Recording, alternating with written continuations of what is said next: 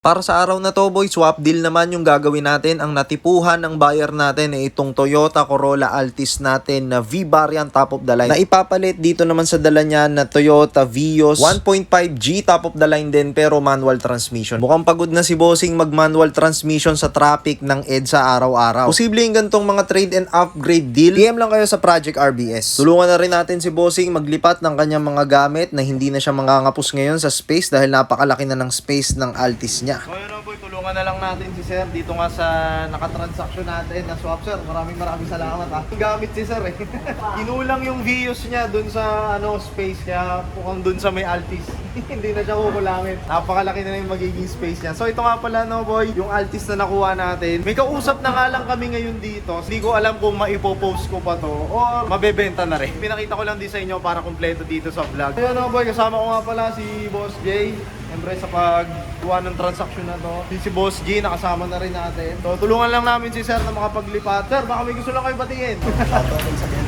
Ano pangalan Sir? Princess. Yan, shoutout kay Ma'am Princess. Meron na kayong mas komportabling sasakyan ngayon. So yun lang boy, maraming salamat sa panonood. Posible din meron tayong cash deal, meron ding swap deal. Posible yung mga ganito. PM nyo lang ako sa Project RBS o kaya sa Boy Video PH. So yun boy, maraming salamat sa panonood. Customers always right if the price is right.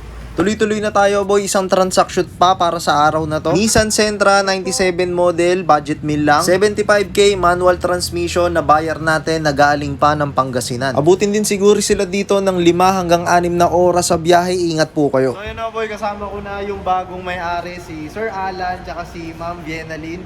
Galing pa sila ng Pangasinan. Saan po kayo sa Pangasinan? San Carlos, sir. San Carlos, Pangasinan. So malayo-layo yung biyahe nila sir, no? Kinuha nga pala nilang sasakyan sa atin ay yung Nissan Sentra natin na 75k lang boy. Minsan nagkakaroon tayo ng mga ganitong unit below 100 kung tawagin natin ay budget meal. Sir, baka may gusto lang po kayong batiin sa video. Binabati ko nga pala yung mga Panigbatan family dyan sa may Barangay Abanon, San Carlos City, Pangasinan. Panigbatan family, shoutout po sa inyong lahat. Pakita ko lang sa inyo na mabilis yung sasakyan bago natin i-release kala sir. Ito nga pala boy, yung kinuha nila sa atin na Nissan Sentra na B13 kung tawagin. Ito pa yung carb type. Nakamags na rin yan, tsaka mga kapalang gulong. Siyempre, alagang Yako Auto Paint Shop, yung pintura niya. Para sa ganitong model na 97 model pa, medyo mahirap na makahanap ng ganitong sariwa pa na sasakyan. Pati yung mga emblems niya kompleto, yung Sunny tsaka Sentra nandyan pa sa likod. Naka-muffler din siya na aftermarket. So yan lang yung harap, all original pa naman. Tsaka may upgrades pa dito na Eagle Eye na ilaw. So yun lang boy, yung maiksing pasilip ko sa inyo sa sasakyan. Alan, maraming salamat. Thank you sa